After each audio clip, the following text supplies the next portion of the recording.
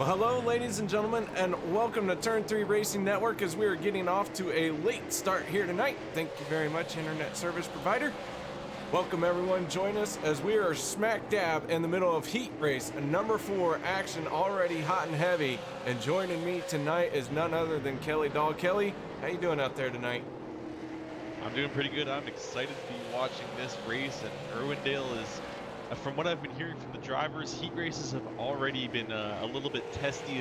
Sparks have already been flying, so we'll see if that intensity kind of follows through for the rest of the night.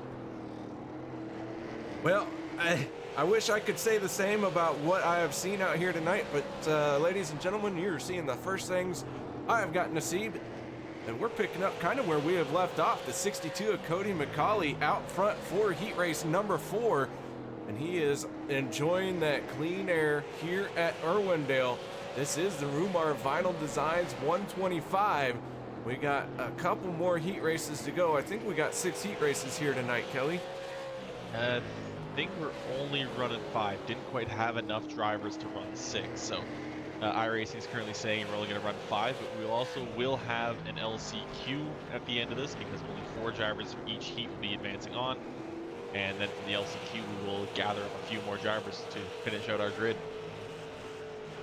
As you can see, drivers have started to get single file here with 2 laps to go. How many drivers are going to transfer out of this heat race, Kelly?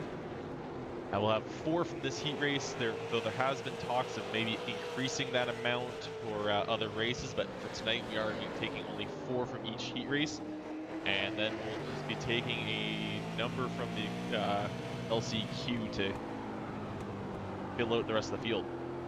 Cody McCauley, checkered flag in the air for this one. He crosses the start-finish line, winning heat race number 4. Brian Rogers Jr. taking us on board. He's going to be credited with second. Third going to Hugo Paquette. Heat race number 5 starting to come at you. And that means it's time to go through our heat race number 5 starting lineup, brought to us by Best Colorfuls Creations. Bill Martin, Jimmy McIntyre making up row number 1. Row number 2, we're going to see Brian Jones and Ty Cole. Row 3 will be the 42 of Brett Bartels and the 8 of John Ouellette. Then rounding out the tail end of the field, we'll see the 17 of AJ Rogers. Field starting to roll out. Oh, maybe I'll have a chance to catch my breath in this one. Probably be a boring heat race. No, they'll let me breathe, right? Right? Who knows? I mean, Bill Martin is one of the faster drivers, and he is starting out front, and I'm sure he's going to be very happy to see that. He's one of the guys that's leading the championship, actually tied for the lead in the championship, and I'm sure he's very happy to see no other cars in front of him to go for this heat race win. One more time as they pace around this Irwindale Speedway, and I, for one, looking forward to watching a heat race here tonight for the first time, a full heat race from start to finish. It'd be a good one. As you mentioned, Bill Martin out there. The 81, James McIntyre on his outside. Old Jimmy Mac. That pace car is now down and away, waiting on the green flag for this initial start. It's going to take a while. We are now going to get it. Green flag is out. Bill Martin getting a good jump, though Jimmy McIntyre keeping up with him, but going to be the 39 into first corner ahead of everyone else. And a bit of a stack up in the field as everyone's trying to jockey for positions. Everyone trying to get that last transfer spot. 3 wide going into turn 3 a little bit further back in the field. And I think we had a car maybe get up into the wall there. 3 wide still at the back. It is very tough to make that inside lane work. The 17 machine of AJ Rogers trying to do just that. As you can see, a majority of the cars are hanging out above the dash line here at Irwindale. That really kind of separates the banking from the not as much banking. Bill Martin able to drop down just a little bit with his left side or even his right side tires down below it. Yeah, Brett Bartel's still holding on to that final transfer spot. He's got John Roulette right behind him. AJ Rogers finally giving up on that inside. Now looks like Bartel's going to try to go around Jones. Jones going to get way up on that racetrack there, and that is going to allow Bartel's to just about clear him, and I think he's going to clear him now coming out of turn number 4. So now Bartel's up to 3rd. Jones holding on to the final transfer spot, getting a bit of a bump there from Roulette, looks like. So Bartel's in the 42 in the 3rd place. Jones in that 19 machine falling back one, but he is still in that cutoff zone. However, here comes a hard charging 8 machine piloted by John Roulette. John on the inside lane, and you can see just how difficult it is to make that pass here at Irwindale. Yeah, the high line is definitely the preferred line here. One of the few tracks we'll go to this season where you aren't trying to hug that yellow to the corner, and these guys are going door to door, trying to, as you mentioned, that dash line kind of separating. Oh, contact, and around goes the, the 19's actually, nope, there I spoke too soon again. He is going to go around. Caution flag gonna come out here in heat race number 5. Brian Jones in the 19 going around. As we saw, he almost had it saved, but not quite getting it settled down before he tried to roll back into the throttle. And I believe that's where it caught him out. I think this will end the heat race, so they may look at what what happened in that caution there, and it might change the final order of this finish here, depending on if they decide to give a penalty to anyone that would to maybe Roulette, if they maybe decided he got a little bit too aggressive and kind of got into the quarter of Jones. It will be close. Sometimes iRacing does a short caution. It does the short caution. I think we will see a green-white checkered attempt.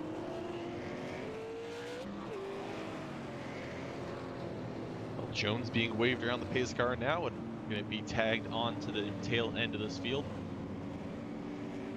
Looks like the 8 might have been given. Yep, the 8 of John Roulette was given a penalty for that. So that does shuffle around our orders a little bit, and that's going to move AJ Rogers into that final transfer spot.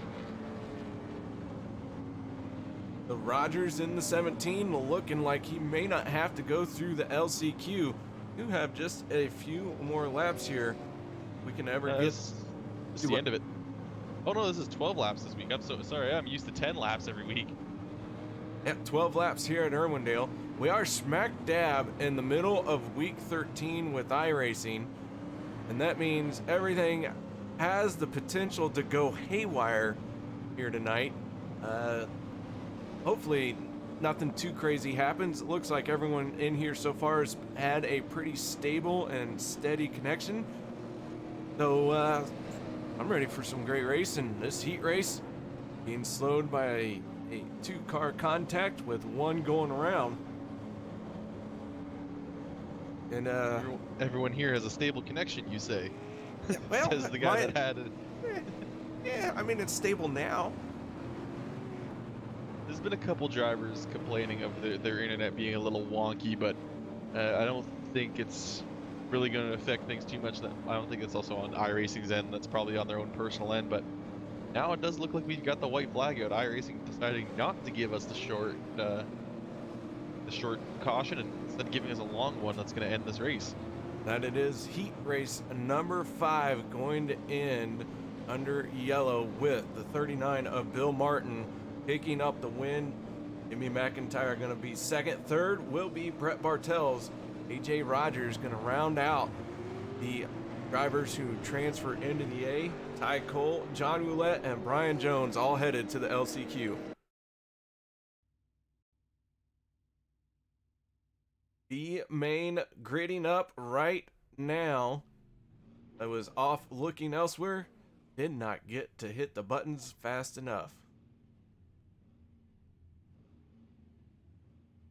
Means it's time to go to our best colorful creations. Starting lineup, Joe Schaefer in the 6 machine. Going to start on pole with Rich French in the 91 on his outside. Sorry, I was just listening to Al Smith there. He just announced top 4 will transfer. So we have 17 cars fighting for 4 positions. But as you said, starting on that second row, Scott Austin on the inside. Outside in that final transfer spot, they're going to be Mike Holtzclaw. Row number 3 will be the 68 of Ty Cole and the 2 of Steph Marinac. Next row behind them, that's going to be Jeremy Carpenter in that number 1 machine and Brett Rolls in the 7. Row 5 will be the 21 of Bill Bessler and the 8 of John Ouellette. Row 6 sees Matt Roll and the 45 of Doug Wysocki. Row 7 will be the 16 of Ron Piles and the 36 of Mark Royer.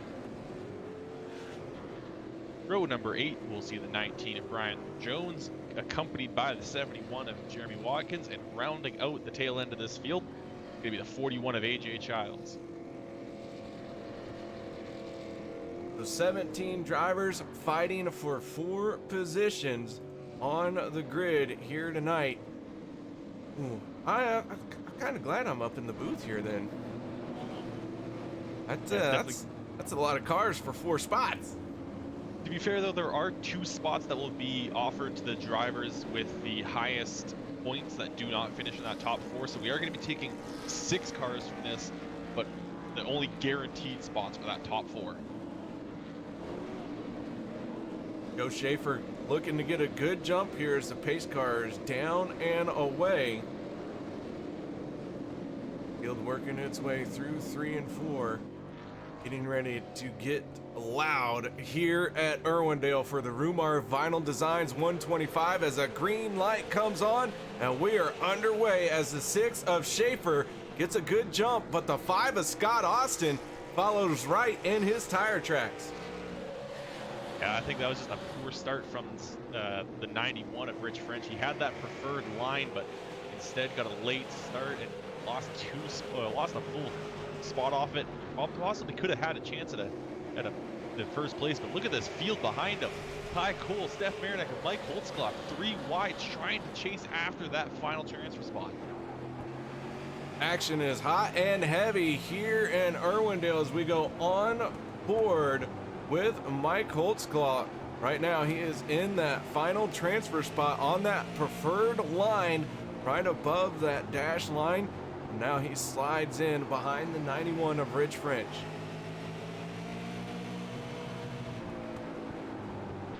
Mike Holtzclaw, I think, actually got the position there. Look at the inside. We haven't seen the inside work in that previous heat, but look at Steph Marinac. He is going to make the inside work. He's going to take over 4th place. A lot of action all in the back here. The 2 machine of Steph Marinac trying to get into a transfer spot. He does have a few laps left to go. We're looking at 16 to go, but Marinac right now, as he is making the move on Mike Holtzclaw down to the inside, he is going to make it work. Has to move Marinac up into 4th place, but look, Mike Holtzclaw trying to counterattack, not going to quite get it as Marinac able to work that inside and get around that 22 machine. Looking up at the front of the field, Joe Schaefer, he's got himself a comfortable lead, almost a full second, so I think he's not going to be worried at all. The main focus now is looking at these transfer spots as Marinac trying to get around Rich French to kind of give himself a bit of a buffer. Yeah, Marinac hounding that back bumper of the 91 machine. Meanwhile, at the back of the field, there is still a lot going on here. Drivers all fighting and jockeying for position, trying to get in as the 41's going to make contact with the 26. AJ Childs gets into the back bumper of Mark Royer in the 36 machine. Royer is going to go around, but no caution. We stay green, and the 36 gets rolling. And he's going to lose a lap as Joe Schaefer comes around him now.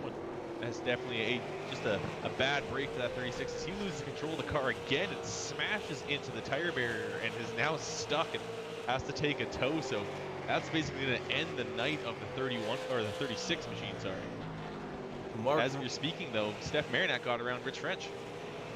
Marinac up into 3rd. Royer on pit lane, seeing his night end early here. Rich French now in that last cutoff spot. Mike Holtzclaw in the 22. Oh, we got a car around. Heavy contact as the 7 of Brett Rolls was turned the wrong way. Someone late to the party gets into the side of him. Let's see what happens as we go to our turn 3 instant replay. The 7 on the outside, slight touch there. I believe that was, not sure who that was, but the 41 of AJ Childs comes rolling in late. Watkins is the one I think that got into him originally. So we'll have to see who they decide caused that incident, because that might move the 71 machine of Jeremy Watkins to the back of the field. From the replay, you can see a little bit of tap from the right front of Watkins, just enough to send the car around and bringing out a caution here in the LCQ. 8 laps to go. We will get this back to green flag racing. And the decision coming down, they are going to say Brett Rolls was the cause of that accident. They're declaring that Jeremy Watkins had his nose in there. He had the line, and Rolls just kind of came down and tried to take it away from him. But really, it looks like this track's so wide, but the preferred line is actually extremely narrow. So effectively, a lot of this space in this racetrack is kind of useless in a race situation. You're only really going to use that part of the track if you're trying to get around. If you're trying to get around a spinning car. Yeah, I've turned many laps at this Irwindale Speedway, and we will see that inside lane probably get used to great effect later on in the main event tonight. But while this track is still pretty fresh, still got some traction on that high side, that inside lane just hard to make it work yet.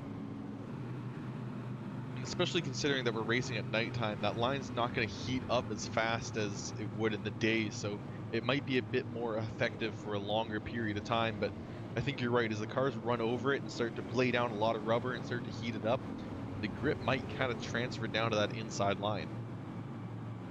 Irwindale, a good track here in the iRacing service, as it's a very unique track, as you said, because of how that line works. It does have progressive banking, and yeah, ran the pavement sprint car on this track a bunch, and I'll tell you, getting as close to that wall as you can was where it was really fast. And the high line is definitely the fast line for, as we've said a lot, it's where you want to be, especially early on in this race, and especially in these heats, as in this LCQ it's a lot harder to pass on that inside, and it's going to take a lot more laps, and you don't really have that time. But lights are now out on the pace car. We're going to stack up again. So Schaefer, Austin, Marinac, and French, those are your current 4 drivers holding on to the 4 transfer spots. Again, there will be 2 other drivers advancing on points. Field stacking up. We're getting ready to go green flag racing. Schaefer in the 6, Austin in the 5. They're going to make up the front row for this restart, and Schaefer gets on the throttle, and he gets a good jump. Goes Schaefer to the front. Who is the 21-22 make contact? The 22 of Holtzclaw is now going to try and save it. More contact follows. Oh, big wreck. More cars going around. Bill Bessler in the 21, heavy damage. Mike Holtzclaw in the 22 continued to spin all the way down the backstretch. And it collected a few more cars as he spun, and to really just continue that chain reaction. The guys were just trying to get through it to try to advance the position as much as possible, but because this caution will end this LCQ, so Rich French is going to sneak his way into the feature just by luck of that wreck happening behind him, but he'll hold on and he'll go on along with Marinac, Austin, and Schaefer, and we'll have to see what the announcement is and who's going to be advancing, which are the other 2 drivers that will be advancing on points. As we're watching on aboard the 1 machine of Jeremy Carpenter, you can see just everyone trying to find somewhere to run this race when the field got stacked up for that restart. But yeah, this thing finishing out with Joe Schaefer gonna win it. Scott Austin finishing 2nd, Steph Marinac 3rd, 4th going to Rich French. Those 4 all making it into the main event.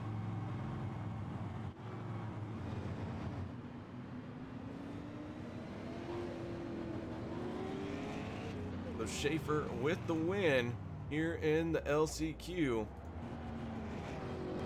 Now we're going to switch over into a warm-up session. That means it's time for the national anthem. So please join us in honoring the two countries represented out here tonight. Oh, Canada, our home and native land, true patriot love in all of us command. With glowing hearts we see thee rise, the true north, strong and free. From far and wide, oh Canada, we stand on guard for thee. God keep our land glorious and free. Oh Canada, we stand on guard for thee. Oh Canada, we stand on guard for thee. Oh, say, can you see by the dawn's early light what so proudly we hailed at the twilight's last gleaming, whose broad stripes and bright stars through the perilous fight o'er the ramparts we watched were so gallantly streaming, and the rackets regular, the bombs bursting in air, gave proof through the night that our flag was still there. Oh, say does that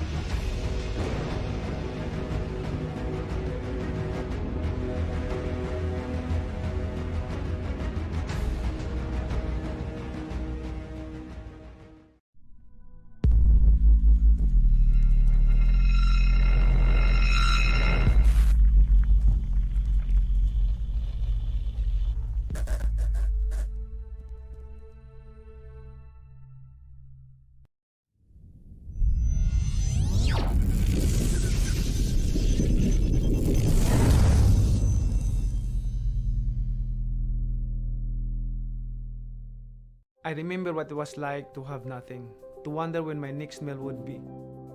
A lot has changed since then, but no matter what my accomplishments, I always remember where I came from.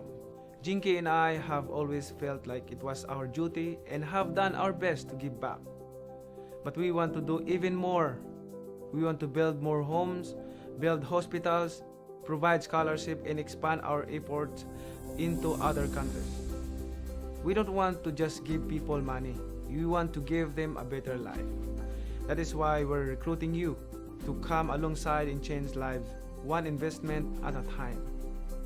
There is strength in numbers, and we can do so much more with your help. Think about the difference we can make if everyone does something. Join us as we strive to fight for those less fortunate and spread hope around the world. Thank you.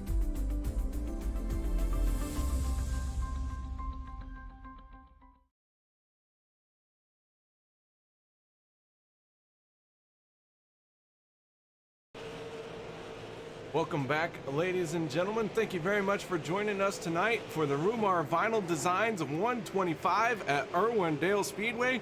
I am your host. My name is KR Stolfus. And as always, I have the wonderfully talented Kelly Dahl in the booth with me. And Kelly, we're getting ready to go racing here at Irwindale. We saw some heat racing. We saw an LCQ. We saw some very tight quarters out there. Yeah, there's not a lot of space that these guys are wanting to give each other. Everyone wants to run that fast line on the high side, and looks like these cars are really just on the edge because just a slight tap is sending them around. And this is the kind of American capital of drifting, so it does kind of make sense these cars are getting sideways, but I'm sure these guys want to keep these things as planted as possible. That it does. The warm-up session drawing to a close. That means it's time to start going through our best colorful creations starting grid. Row number 1 will be the 51 of Justin Fuller and the 88 of Matt McLean. Row number 2, we're going to see Mike Alexander and the 62 of Cody McCauley. Row 3 will be the 39 of Bill Martin and the 11 of Brian Hacker. Guillaume Fortin will be on the inside of row number 4 with the 24 of Brandon Otto to his outside. Row 5 will be the 12 of Brian Rogers Jr. and the 81 of Jimmy McIntyre. 98 of Chris Stump will be rolling off in the inside of row 6, and the big boss man, Al Smith Jr., will be on the outside in 12th. Row number 7 will be the 72 of Andy Lambert and the 33 of Hugo Paquette. Brett Bartels will be on row number 8 along with the 20 of Justin McDuff. Row 9 will be the 70 of Dylan Canova and the 15 of Matthew Barkhouse. Row 10 will be AJ Hamill. The row of AJs will be on the outside, AJ Rogers. Row 11 will be the 6 of Joe Schaefer and the 5 of Scott Austin. Row 12 will see the 2 of Steph Marinac and the 91 of Rich French. Row 13 will be the 68 of Ty Cole getting in on the provisional with the 1 of Jeremy Carpenter there as well. That's our field of 26 cars, and we thought 17 going for 4 spots was crazy last time. Well, now we've got 26 all vying for that lead 1 position. Everyone trying to win the race. You guys will have to go on the green flag on this initial start. Pace car now down and away, and let's get ready to rock. Justin Fuller in the 51 in control of the field. On his outside, Matt McLean. These two looking to get a clean break here. This business is going to be hot and heavy behind them. Green flag is out, and the 51 is down into turn 1 with McLean on that preferred line, and Fuller going to slide up in front of him. Meanwhile, the 75 machine, Mike Alexander, down on the bottom, and he's got Cody McCauley on his outside. And look at that 39 of Bill Martin. He's looking, and they aren't going to go 3 wide as he's almost getting squeezed out into turn 1. Now we'll see if that 39, he's going to get ahead on that outside line, and now he's trying to fight that 75 machine of Mike Alexander from the 4th spot. And I think he is going to get it as Alexander losing a lot of ground being stuck on that inside line. Alexander falling backwards, as you said, being stuck in that inside lane, not where he wants to be, but a lot of laps to go. He's going to have a lot of time to find somewhere to slide in and start mounting a charge towards the front.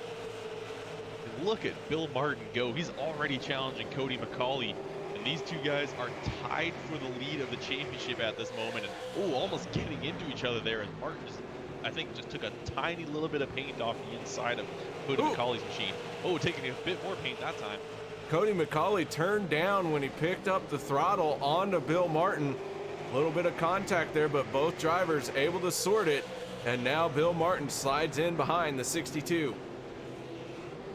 Justin Fuller still leading this race, starting to pull a bit of a gap over Matt McLean. That gap has opened up to 0.4 of a second exactly, and right behind McLean though, he's got McCauley, Martin, and Hacker. These guys are all right on each other's bumpers. This field is extremely packed tight. Got a little bit of side-by-side racing action going on in the back. That is the 15 machine of Matthew Barkhouse, a rookie here with the Upstate Racing League Late Model Pro Series. He is trying to make his way to the front as he is battling the 18 of A.J. Hamill.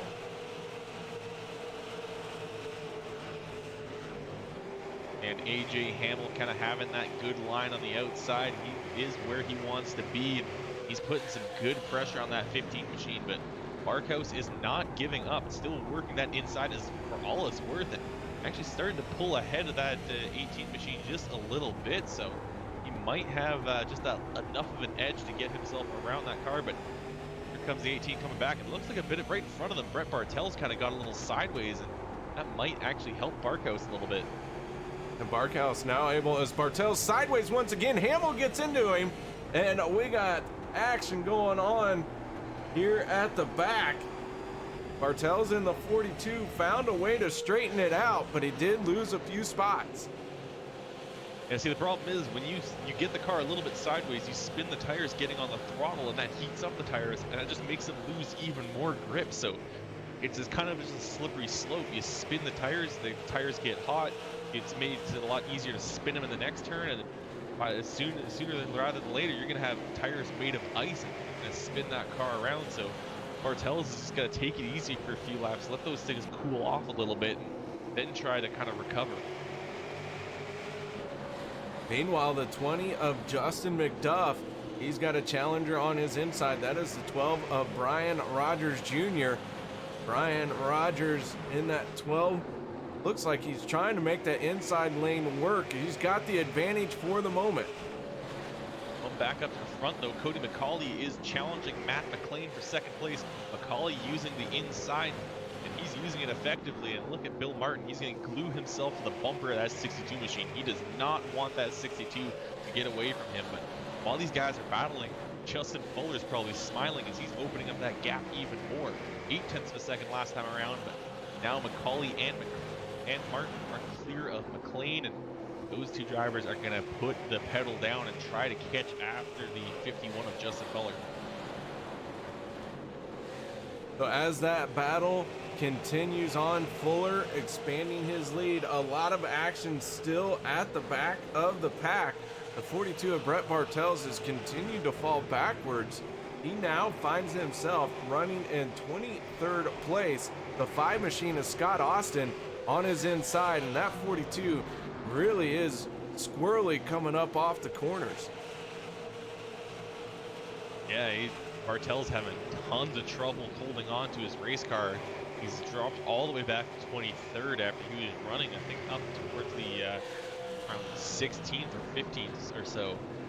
And that's just a huge blow to his night as Bartel's has just been struggling. I mean, he's good in the dirt cars. He's good at being able to get those things sideways. So I'm not too worried about him losing that car, but here you don't want that car sideways.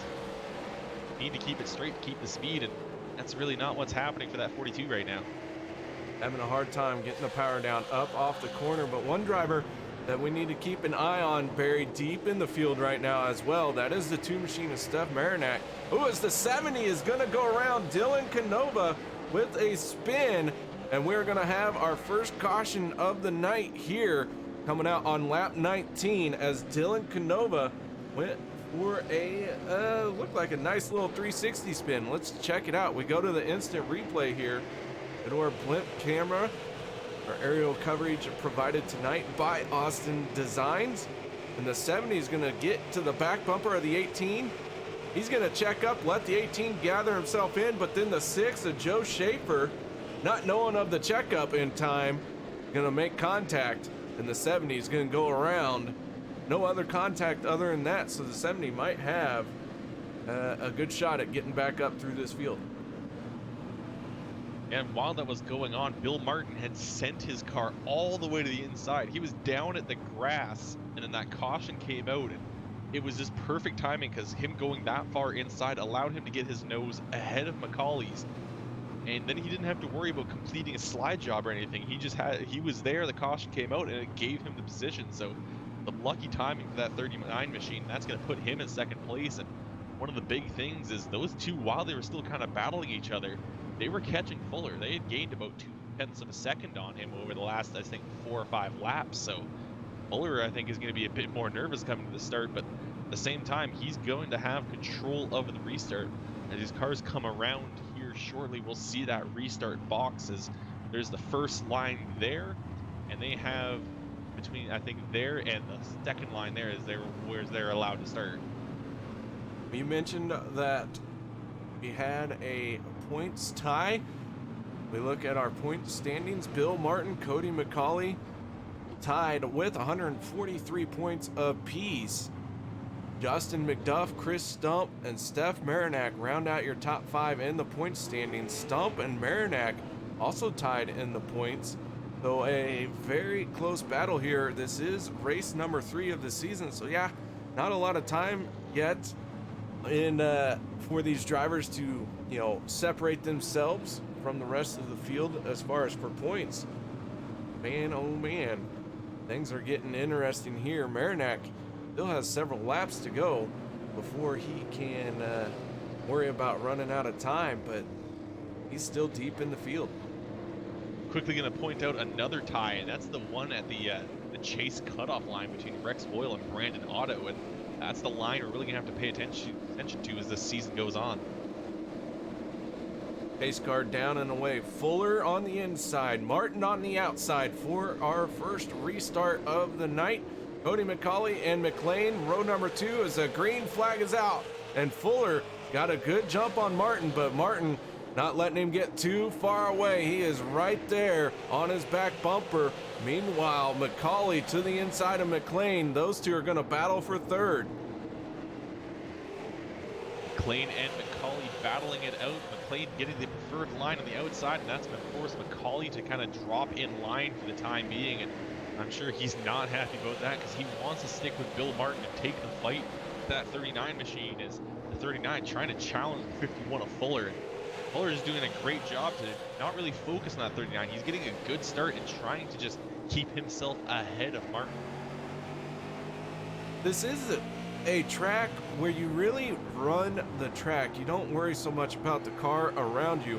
And you don't want to go through the car, of course, but you do have to focus more on hitting your line, as this track isn't very forgiving when you miss it.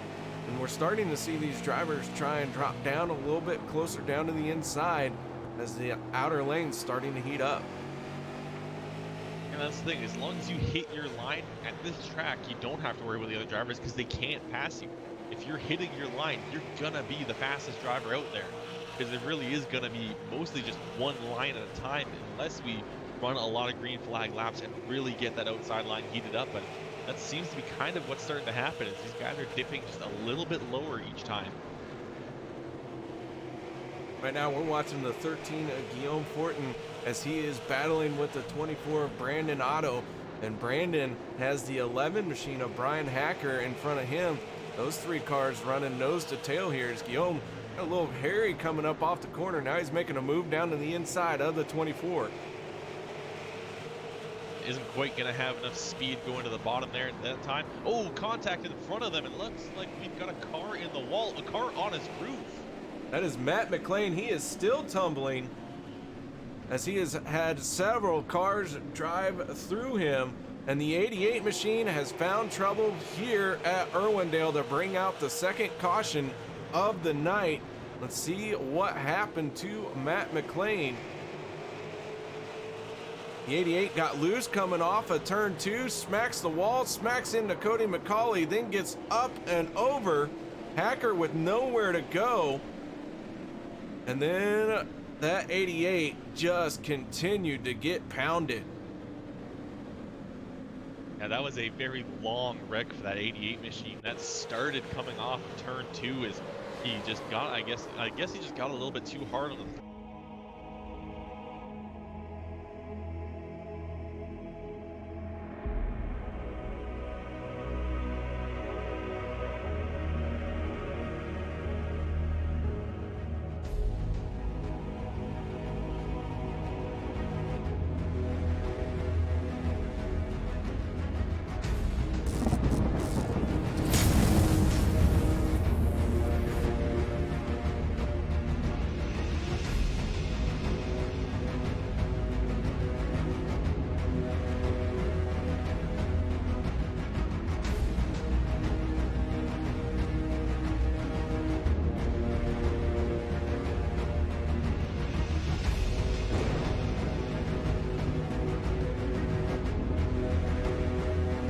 Absolutely wild.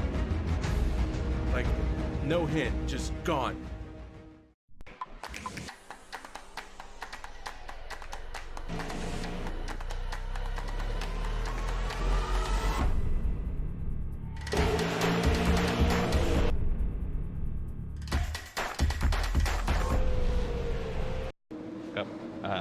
Cody McCauley had Mike's- to come down.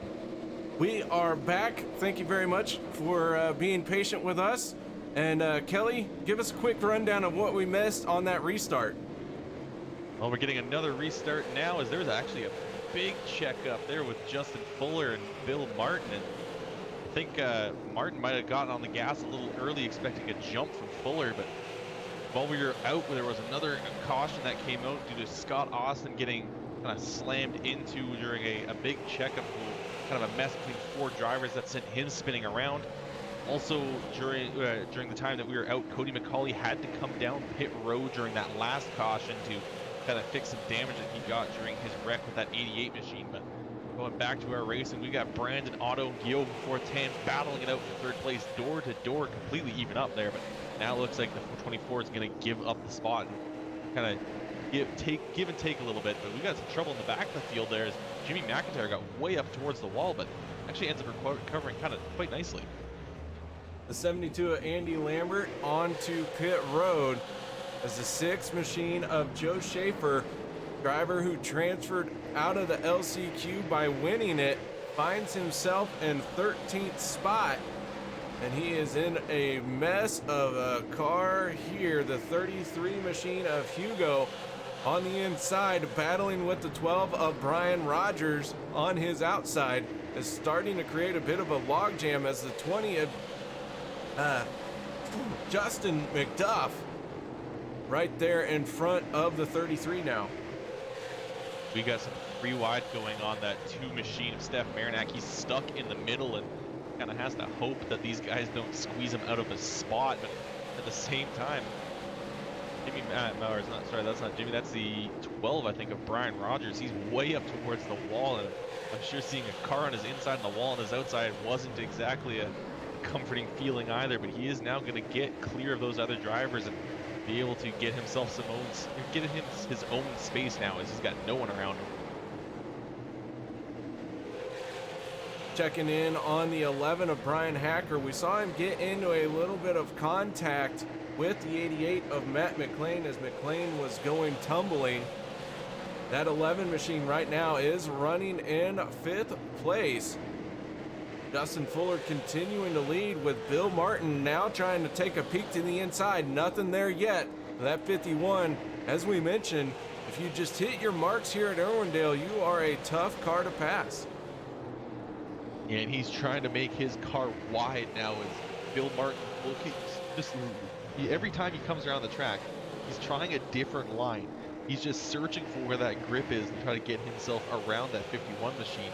But at the same time, he's got to maybe start looking in his mirror. He's got that 13 of Guillaume Fortin there now, and if Martin tries maybe a risky line and loses a bit of ground, that might open up the door for that 13 machine to try to make his move in around him. But Justin Fuller now just trying to focus on his race. He's looking quite consistent. He's kind of keeping the same line every time, and that's allowing him to keep that speed. This time coming through 3 and 4, though, all 3 of those cars going just a little bit lower on the racetrack.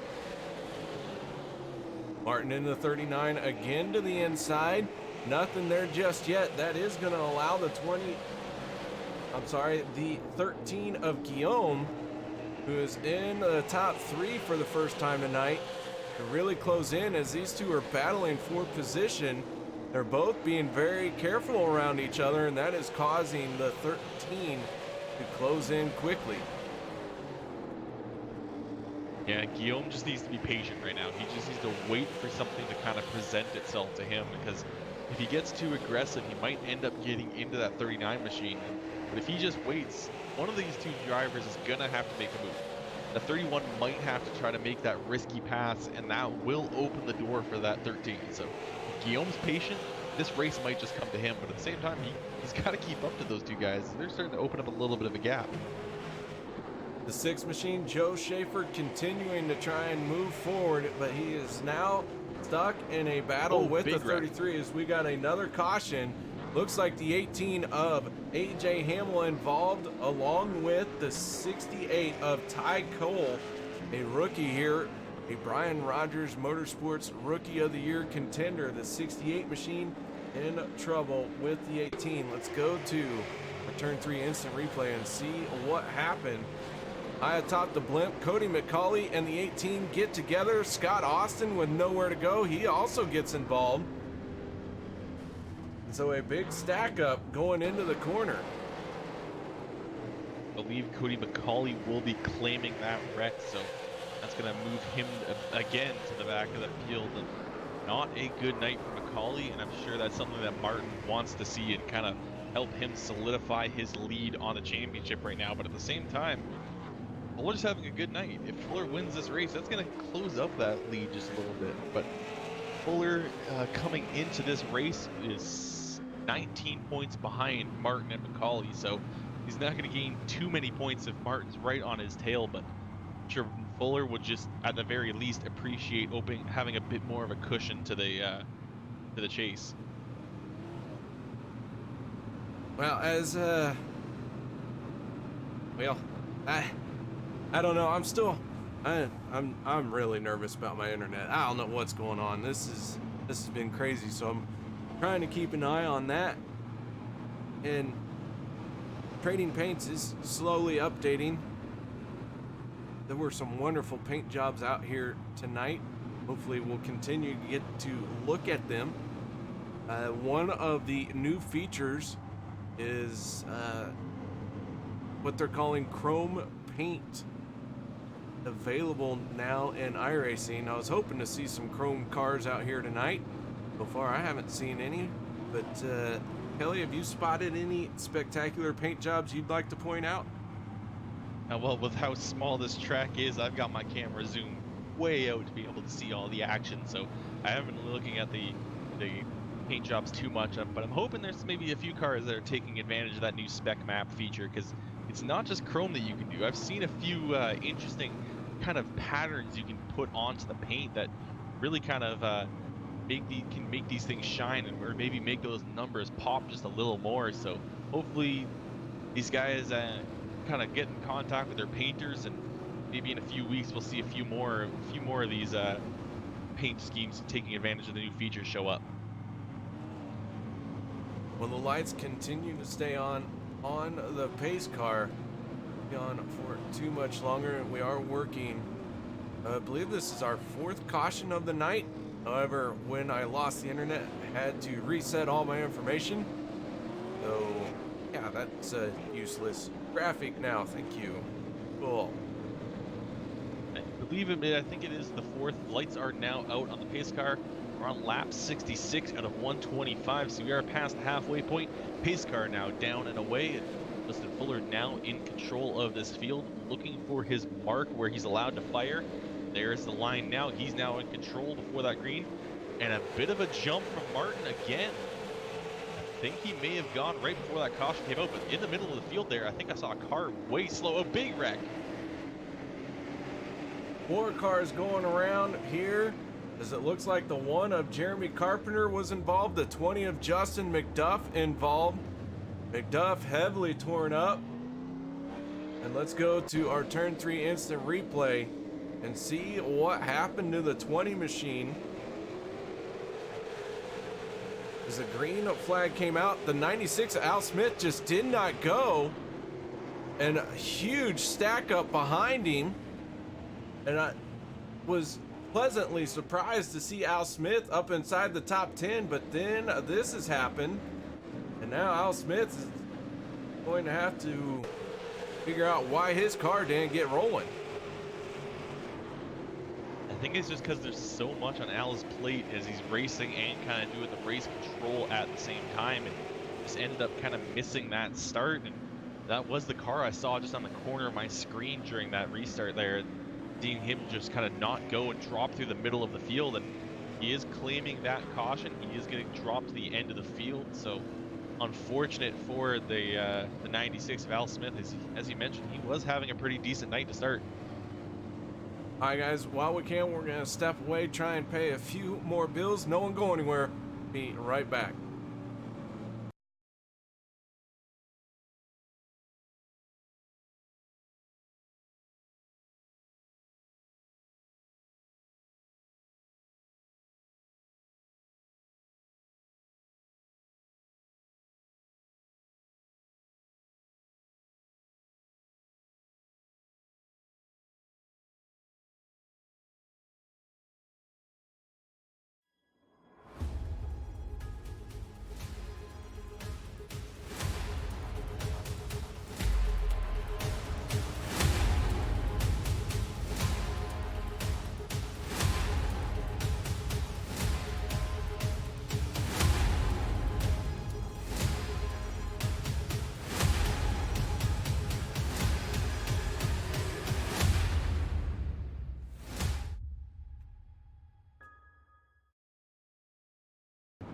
Welcome back to Irwindale Speedways. We're still working on the Rumar Vinyl Designs 125, and we'd like to take a moment to thank our sponsors of both the Upstate Racing League and Turn 3 Racing Network.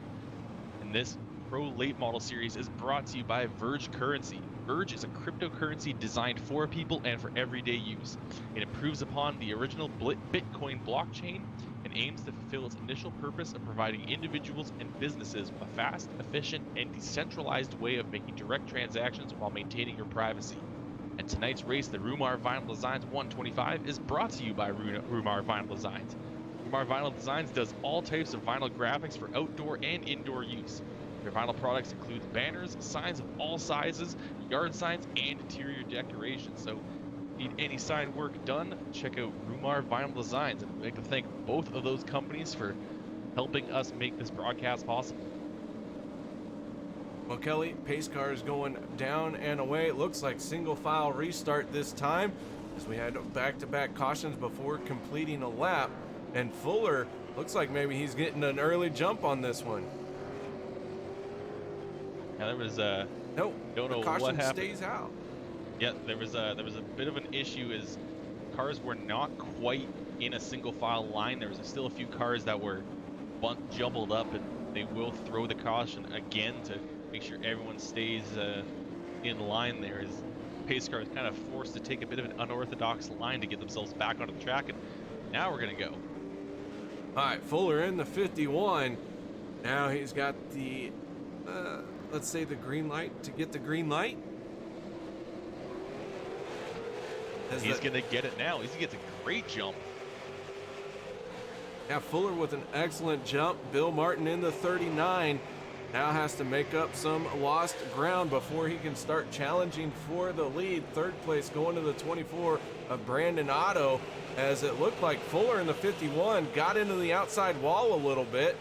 However, he is continuing to keep going. He is going way up high. He is trying that high line. We'll see if that continues to work for him. or if he is going to abandon it this time through 3 and 4. Well, he's got to be careful. There is a bit of a kind of wall ride thing that you can do here, but at the same time, these race admins are watching for that. They said that if you bump it every once in a while, that's okay, but if they notice that you're consistently trying to ride the wall, they are going to penalize you, and they will penalize you heavily. So these guys got to make sure if they're going to ride that outside line that they don't keep themselves off the wall. But Bill Martin now starting to close that gap on Justin Fuller, and we've seen these guys running nose to tail for a few laps now, but Martin just couldn't find a way around that 51 machine as Fuller has tried to make himself as wide as possible. And Martin now still got a few laps to go. He's still got about 37, 47. I think. 47. I'm doing the math way wrong, but he's got a lot of time. But at the same time, these laps are only about 17 seconds long. Justin Fuller's fastest lap was a 17.087. That last time around was a 17.304, so the track's slowing down. Tires are falling off a little bit, but that's still very consistent lap times. And a lot of these drivers have turned a faster lap times than Fuller, but not very many, I should say. I'm going down the list, and it looks like only one driver has been faster, and that is Bill Martin. Yeah, this is shaping up to be an excellent race between these two drivers, but Martin, he's taking his time. He's keeping himself behind the 51 and almost kind of studying what this 51 machine is doing. He's seeing where Fuller's going, if he's going high or low, what line he's running. Martin's been experimenting with his line all night. I've seen him run high, I've seen him run low. Now he's just probably wondering where is going to be that point that he can make that pass on Fuller.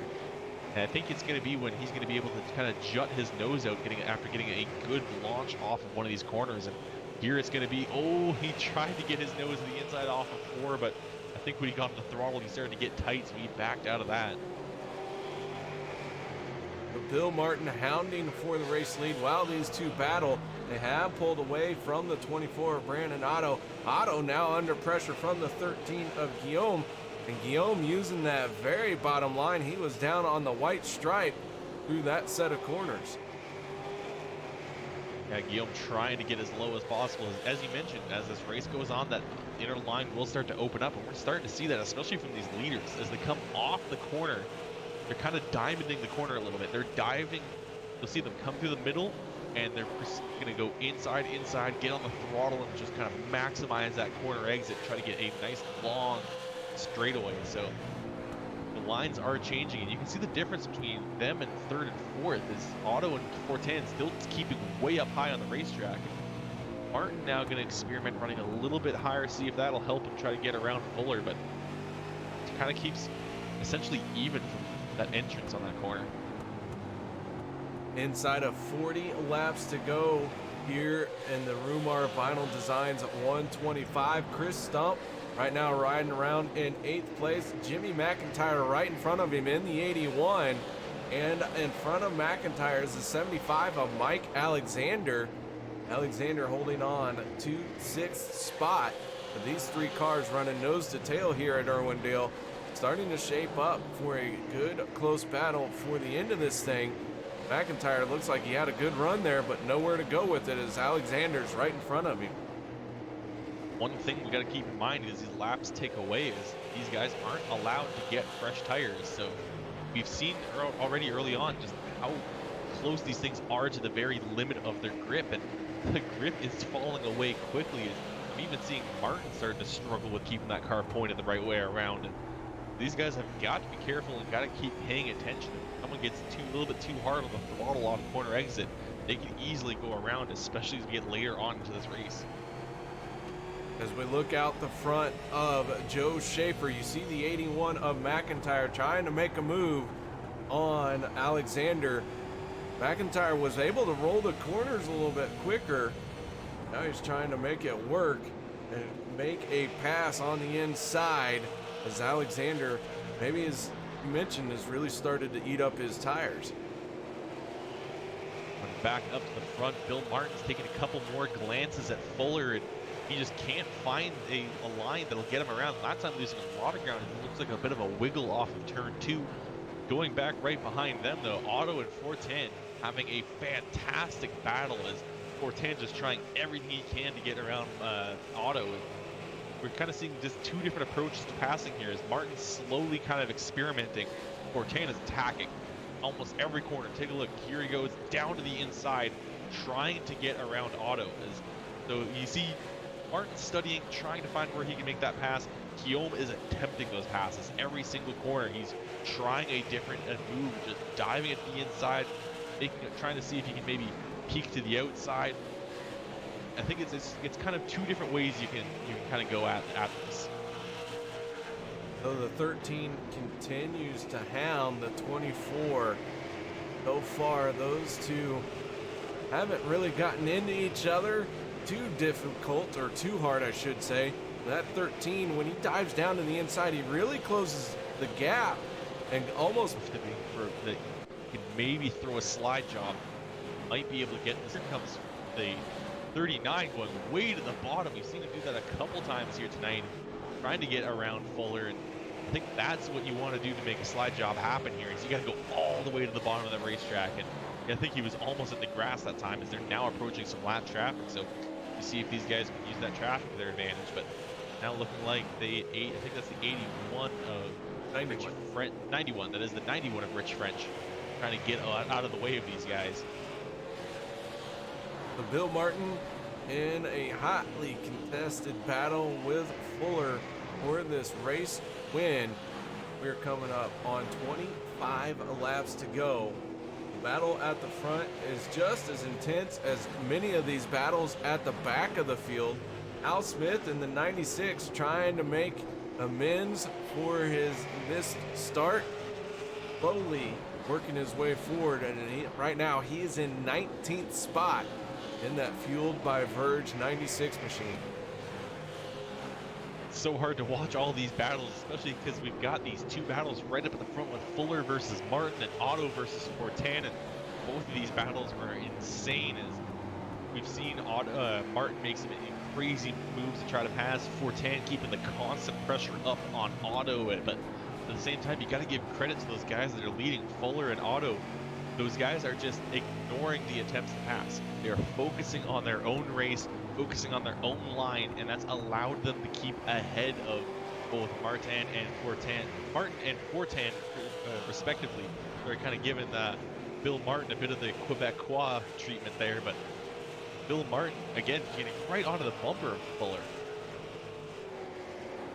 He's tried everything but doing the bump and run on the 51, and this time he's got his nose right there, and Martin in the 39 all the way down to the grass trying to make something happen. He is going to slide up in front of Fuller. Fuller is going to get into his back bumper. Both cars straighten out, and now Fuller's going to return the favor, but Martin says, no, I am going to make the pass on the outside. New leader, Bill Martin in the 39. Fantastic move from Bill Martin.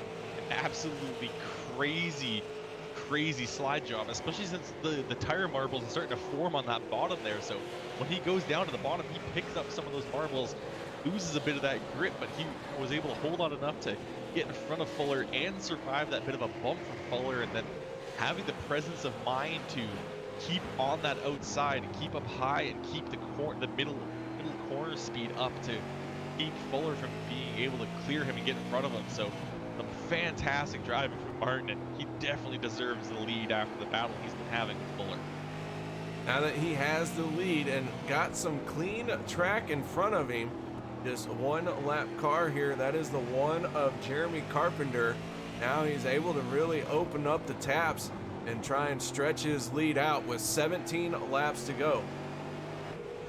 I think that's one thing we haven't touched on is these tire marbles. Even though we've had a few cautions, they do not sweep the marbles here in this league.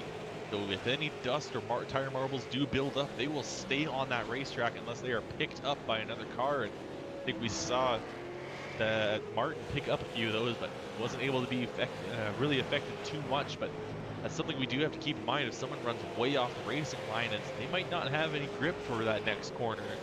That's what made me think that when Martin got that bump, I thought he was going to lose that race car. I thought he was not going to have the grip to survive the wiggle that he got off that, but good wheel work, and he was able to hold on. But keep our focus on this battle for the third here, as Otto still trying everything to hold off Fortin. And again, Fortin just throwing everything at Otto to try to get around him.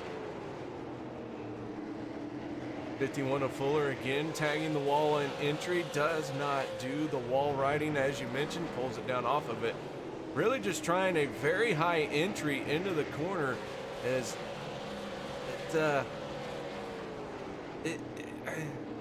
I can attest to running that line that he is running. You can pick up a lot of speed late in. Yeah, you gotta make sure that you treat this car right, especially late in this race when that grip starts to fall away from you and those tires wear out. And we've seen everyone starting to fight with this car, even these fast guys, Martin, Fuller, Otto, Fortin, Hacker. All of these guys are starting to fight with this race car, as it looks like this track is starting to turn into a bit of an ice rink. And as I mentioned earlier, this is the American drift capital, and it's starting to really show its face as that, even though we aren't at a drift event, as these cars are starting to slip and slide around this thing. Bill Martin opening up a 1.2 second gap on Fuller. Meanwhile, Cody McCauley in the 62 battling with the 17 of AJ Rogers. For a while it was a 3-car battle with Scott Austin, but Austin got pinched off into the wall. And right behind them is the 2 of Steph Marinac. He has not really been able to advance a whole lot here tonight, as he had to come through the LCQ. A little beat up, banged up, and with 8 laps to go, he is quickly running out of time to get a finish that I think he would like to have, as he came in tied for 5th place in the points tonight. Get a group of cars here that are kind of starting to battle for position, but they're running fairly close together. We got Jimmy McIntyre, Mike Alexander, Chris Stump, Brian Rogers, and Joe Schaefer all running very close to each other. And we've seen Schaefer trying to see if he can get around Rogers, starting to peek his nose to the inside. And one of the things I'm noticing is towards the back of the field, these guys are running very high lines, but up at the front, we're noticing them going lower and lower. So maybe the line now is to go under that dashed line to get where that track is just a little bit cooler and get that bit of extra grip, because up high on the racetrack, there doesn't seem to be any grip anymore. Bill Martin diving down below the dash line. He has now got a 1.6 second lead over Fuller. And Fuller, once he lost that lead, he's still running the line he has been all night long. Is just not able to keep up with the line Martin has. Meanwhile, Fortin down on the inside of Otto for 3rd. Not able to clear him coming up off the corner, but he is starting to make some ground. However, he's going to lose a little bit here as Otto got a great entry. Now the 24 steps sideways, able to gather it back in before he got into the wall. And now it looks like Guillaume going to be able to clear him. At 2 laps to go, and that slide may have been the death belt for the 24, but he's not going to give up. He's diving to the inside turn 1, and he's not going to get it. Doesn't have enough grip to pull the slide job off on the 13, so Guillaume Fortin going to hold on, and it's like Otto just has cooked his tires. He can't get anything going anymore. White flag in the air. 1 to go, fueled by Verge. Final time around, Bill Martin in the 39, here to pick up his 2nd win of the season off of turn number 4, and Bill Martin wins the Rumar Final Designs 125 here at Irwindale. Great driving by the 39, as I mentioned a lot. There's some fantastic moves to attack Fuller, and I think the way we got to kind of look at that Fuller versus Martin battle is it was a chess match. Martin was studying Fuller, and Fuller was at the same time watching him in the rear view and trying to adjust his line and cut him off. But some great driving from Martin, and a fantastic slide job wins him the race. All right, guys, we're going to set up our Austin Designs post-race show. Don't want to go anywhere. Be right back.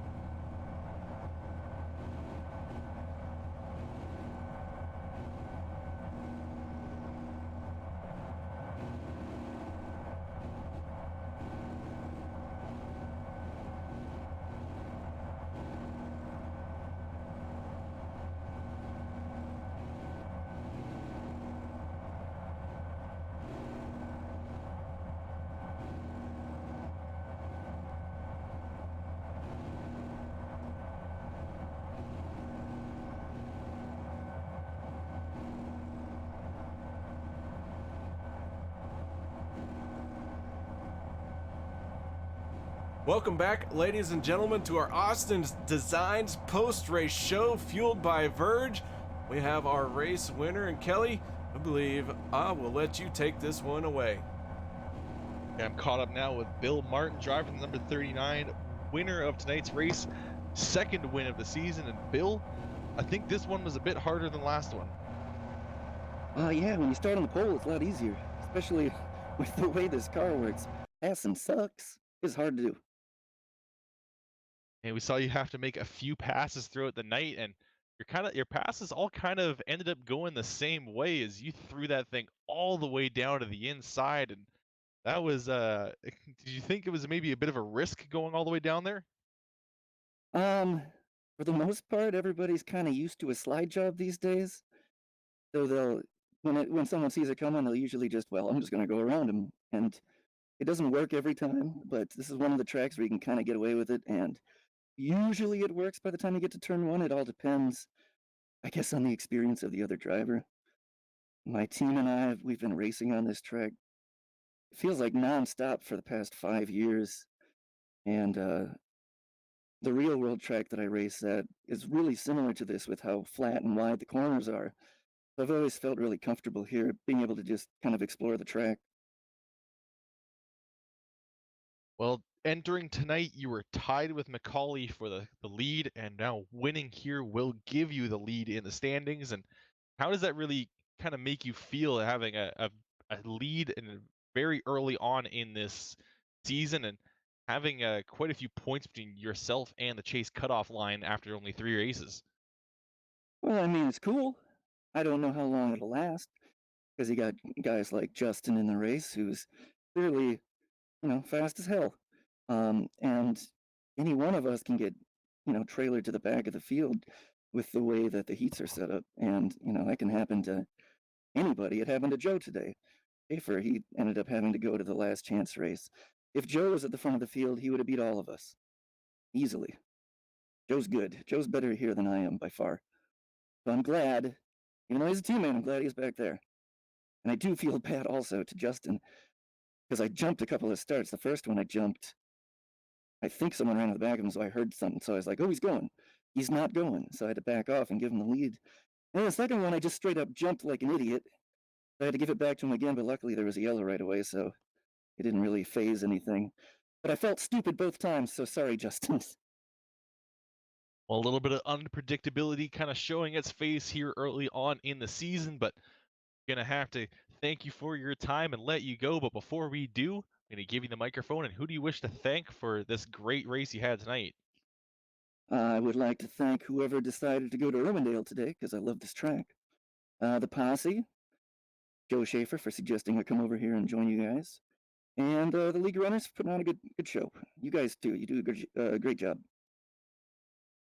All right, well, thank you very much, Bill. We're gonna have to let you go for now, and hopefully we see you again next week at the Bull Ring. Thank you, guys. That's Bill Martin driving the number 39 and race winner here tonight. But moving along, I think KR is gonna catch up with Justin. I have caught up with our second place finisher, and that is none other than Justin Fuller. Justin, you led the race high 103 laps, but holding off the 39 late in the race. It seemed like your tires were starting to let go. What can you tell us about that race out there tonight? I just not feeling very good, and just not very good at this track. I'm not a big fan of this place, and second place is honestly way better than how I would have expected to finish tonight here. So we'll take it, I guess. Not really, I would have much rather won, obviously, but it is what it is, and I'm not gonna shake a stick at second place. That Nemesis Lab 51 looked like it was very fast at start. The one to beat, and Irwindale here, you said not a fan of it, but seemed to have treated you well here tonight. All these restarts and cautions that happened in the race, you seem to have the starts figured out. You care to share your secrets? I can't give away all my secrets. Well, thought I'd try. Well, Justin, I mean, it was a fun race, regardless. A lot of green flag racing.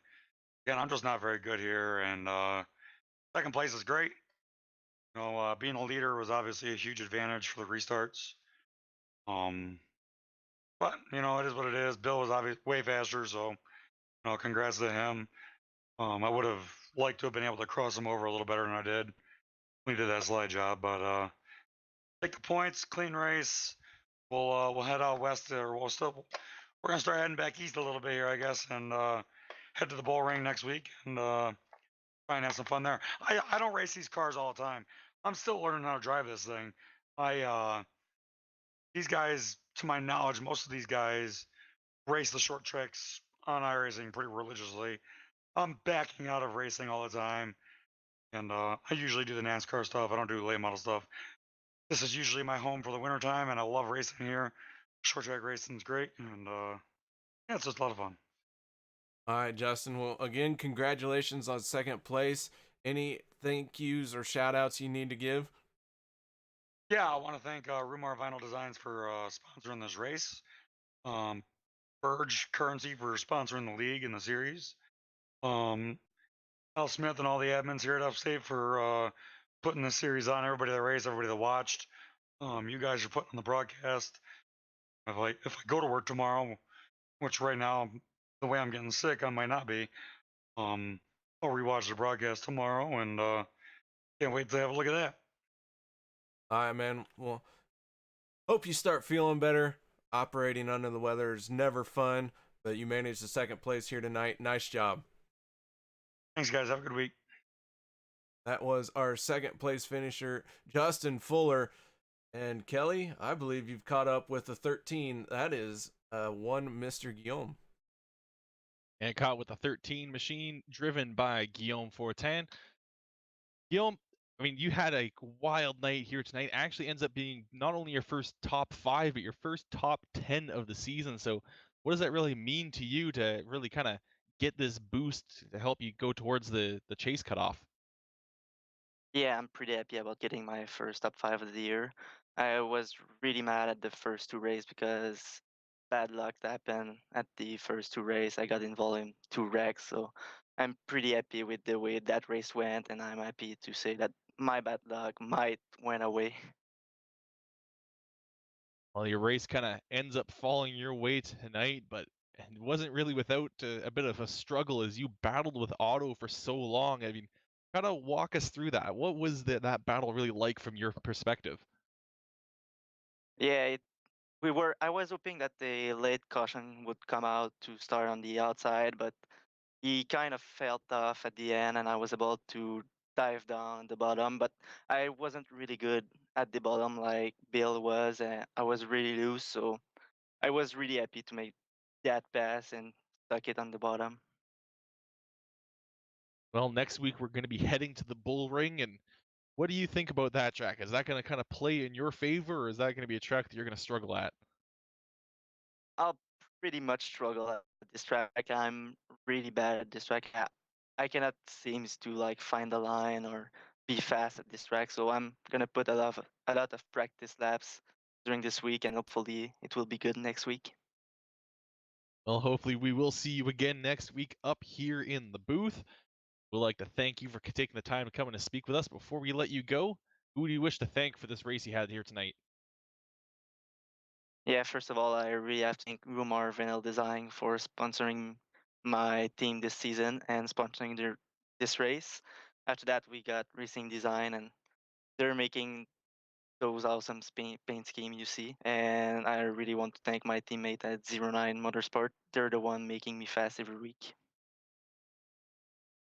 Thank you very much, Guy, and hopefully we'll talk to you next week. Hopefully. I was a driver of the number 13 machine, Guillaume Fortin, our third place finisher here tonight. And KR, really a great race that we had here tonight. I had a ton of fun here, and it was a very eventful race as well. Very eventful for sure. We talked about it, how the racing line on such a wide track was so narrow in the beginning, but then we started to really see the cars try and navigate down to the bottom or right along the wall. In fact, the pass for the lead and for the race win happened down by the grass. What a battle that was between Bill Martin and Justin Fuller.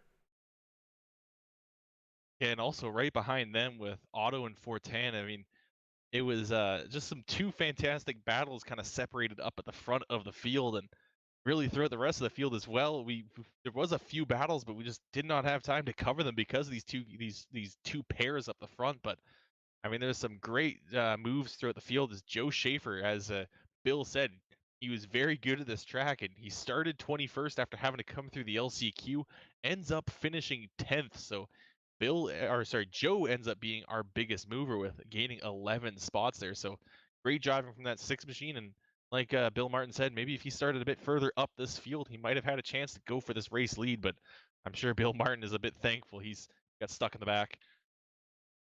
Yeah, Bill expressed his gratitude for Joe's misfortune. But guys, that is about it. Let's get through our race results. Bill Martin, your race winner. Justin Fuller bringing it home second. Guillaume Fortin in third. I can't ever say that poor man's last name. Feel bad for him. Fourth place going to Brandon Otto. And rounding out your top 5 will be the 11 of Brian Hacker. Jimmy McIntyre Jr. brings it home in 6th, just over Mike Alexander, who comes home 7th. Chris Stump will finish in 8th. Brian Rogers starts 9th, finishes 9th, and as mentioned, Joe Schaefer coming up all the way from 21st to just get our last top 10 position. 11th place will be Dylan Canova, who went for a spin. It's like a pretty decent recovery. Maybe not where he'd like to have finished with that spin, but however, nice job getting back through the field. Cody McCauley in the 62. Misfortune found him as well. He's going to end up in 12th. 13th going to Hugo. 14th going to AJ Rogers. Scott Austin in the 5 machine. Going to round out your top 15. Beth Marinak struggling a bit tonight. This track not really working in his favor. He comes home in 16th. Al Smith ran into some trouble on a restart earlier on, finishes in 17th. Matthew Barkos finishes 18th. 19th goes to Brett Bartels, and 20th to AJ Hamill. 21st will be the 20 of Justin McDuff. Ty Cole in the 68 machine finishing 22nd. First car 1 lap down. Jeremy Carpenter finishing 23rd. 24th going to Rich French. 25th Matt McLean, and Andy Lambert will round out our 26 car field here tonight. So guys, thank you very much for joining us. I can't really say sorry enough for the missed action, but it is what it is when this stuff is outside of your control. And Kelly, as always, thank you for joining me, man. Oh, anytime. I love coming out here on Thursday nights to watch these guys race. Well, guys, another awesome race in the books for the Upstate Racing League Pro Late Model Series, fueled by Verge. Make sure you join us next week as we head to the Bull Ring in Las Vegas. I look forward to it. And until then, y'all, have a good night.